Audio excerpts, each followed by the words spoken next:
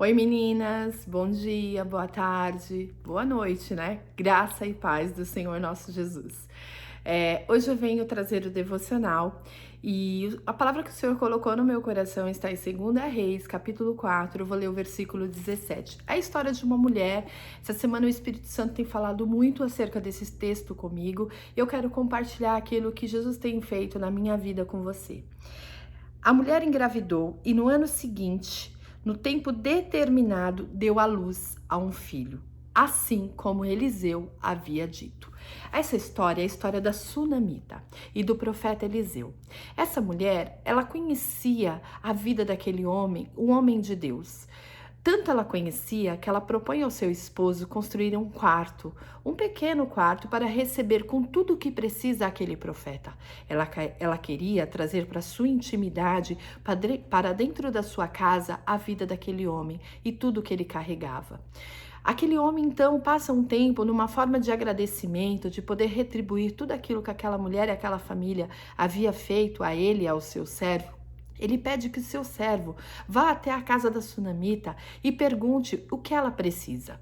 Quando o servo chega ali, sunamita, numa atitude de gratidão, numa atitude de saber que tudo o que ela precisa, ela já tem para aquele tempo, para aquela sociedade que ela vivia, no meio do seu povo, ela diz assim: eu já tenho tudo o que eu preciso, tudo o que eu necessito, vivendo no meio do meu povo. Mas o servo do profeta, ele volta e ele diz ao profeta Eliseu que aquela mulher, ela não tem filhos e que o seu esposo já era velho. O que eu aprendo já até aqui e quero compartilhar com você. O Espírito Santo tem falado comigo muito nesse tempo e tem dito: filha, tudo o que você precisa, você já tem.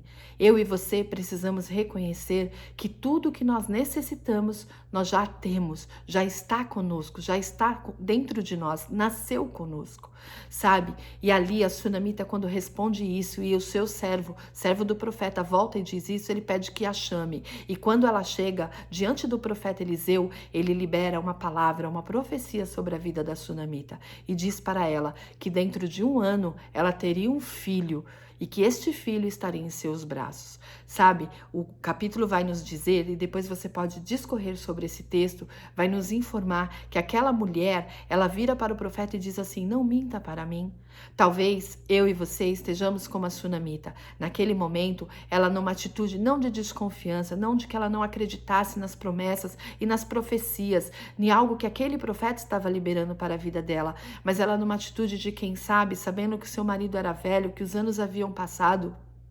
Ela então diz aquilo, talvez numa atitude de quem já não mais queria criar expectativas sobre algo que ela algum tempo deveria estar esperando. Hoje, o Senhor diz para mim e para você: crie expectativas sim naquilo que eu tenho dito ao seu respeito, tenho dito acerca da sua família, acerca da sua herança e dos seus filhos. A sunamita, quando diz isso, ela não tem noção do que ela está falando, porque ela está falando daquilo que permeia as emoções dela, mas ela sabia que no mundo espiritual, quem era aquele homem, porque ela tinha intimidade com ele, ela construiu um quarto para aquele profeta. Então, quando ela diz isso, passa-se um ano, ainda que ela não tinha tido naquele momento o discernimento do que estava acontecendo, se cumpre aquilo que o profeta havia dito, conforme nós lemos, sabe? Assim como na vida do sunamita, eu e você receberemos cada palavra, cada profecia daquilo que o Senhor liberou, que o profeta maior liberou sobre as nossas vidas. Você não pode desanimar. Mesmo que passem os anos, mesmo que parece que as coisas já não fazem mais sentido, mesmo que parece que tudo está ficando velho, eu quero te encorajar a continuar criando expectativa naquele que te prometeu. Passa-se um tempo, esse menino morre.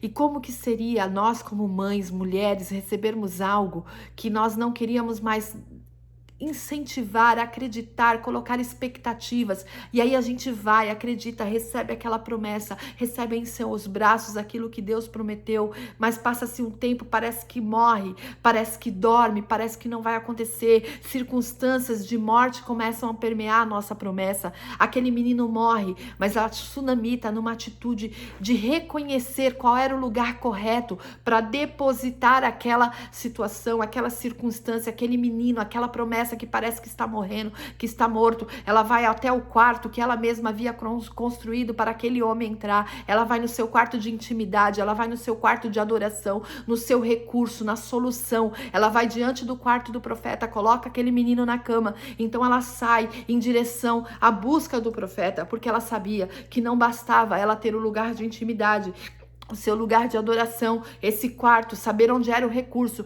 Ela precisava saber que aquele que liberou a promessa, aquele que liberou a palavra, era aquele que poderia ressuscitar aquilo que estava morto. O Senhor está dizendo para mim e para você nesse dia: sou eu que ressuscito os teus sonhos, sou eu que ressuscito as tuas promessas, sou eu que posso ativar tudo aquilo que está morto e que um dia já teve vida, tudo aquilo que eu mesmo liberei, tudo aquilo que eu mesmo falei acerca de você, acerca da sua família, acerca do seu casamento, acerca dos teus sonhos, acerca do seu futuro, porque aquele menino era o futuro daquela família, era a próxima geração. Então ela vai ao encontro do profeta, e quando ela vai ao encontro do profeta, ela encontra com o servo. E o servo, a pedido do profeta, pergunta para ela: como vai o menino? Como vai seu esposo? Como você vai? E a sunamita diz: vai tudo bem. Eu e você, como a sunamita, precisamos aprender que mesmo diante das circunstâncias, diante de tudo que parece que já cheira morte, diante de tudo que parece que vai morrer, diante dos nossos sonhos que parece que não vão acontecer, dos propósitos que parece que não vão se cumprir, das palavras que foram liberadas acerca da minha família, da sua família, acerca dos nossos sonhos, dos nossos projetos, nós precisamos entender, como a sunamita entendeu, que existe um lugar de intimidade, um quarto de adoração, um quarto de reconhecimento de quem é aquele que ressuscita os nossos sonhos. E nós precisamos entender que quando todo mundo chegar ao nosso redor, nós não precisamos ficar murmurando, nós não precisamos ficar dizendo que as coisas estão mal, ao contrário. Eu e você precisamos profetizar e declarar sobre tudo que não está acontecendo, mas que um dia já foi liberado. Vai tudo bem, tudo está no controle de Deus. Ele não perdeu o controle, Ele não desistiu de mim, Ele não desistiu de você, Ele não desistiu dos nossos filhos, Ele não desistiu da nossa família. Vai se cumprir, mas nós precisamos, como a sunamita, ei, mulher, eu e você precisamos entender o nosso comportamento. Nós, como sábia, mulher que tem a sabedoria para construir, nós precisamos entender que a nossa boca precisa profetizar as coisas que o Senhor Jesus diz acerca de nós.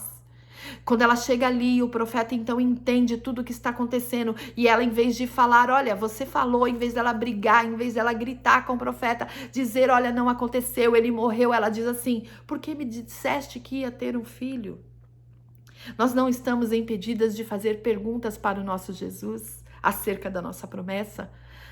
Ele conhece o seu coração, Ele conhece o meu coração. Às vezes nós desistimos até de entender o que está acontecendo, mas o Senhor vem neste dia dizer para mim, dizer para você: ei, eu sei o que você precisa, eu tenho visto as tuas lágrimas, eu tenho visto o seu lamento, eu tenho visto as suas orações no seu quarto de intimidade, eu tenho visto que você tem colocado diante de mim, diante do altar, neste lugar correto, tudo aquilo que tem acontecido e que parece que não vai acontecer. Ei, eu estou olhando, e como o profeta Eliseu, eu vou com você para este quarto agora, porque o profeta vai para aquele quarto, e quando eles chegam ali, então, o único que poderia ressuscitar foi aquele que liberou a palavra, que liberou a promessa, porque Geazi tentou fazer com que o menino tivesse vida, mas ele não conseguiu. Não tem intermediários, o nosso único intercessor é o Espírito Santo. Nós precisamos tirar a nossa confiança dos homens, do banco, das circunstâncias, e começar a olhar para aquele que te prometeu. Comece a olhar assim como eu tenho olhado para aquele que liberou a palavra na sua vida. Esse devocional é um devocional que o Senhor colocou no meu coração essa semana, e eu tenho profetizado sobre tudo aquilo que está em minhas mãos, tudo aquilo que eu posso fazer, mas ao mesmo tempo eu tenho profetizado sobre o meu futuro e o futuro da minha geração.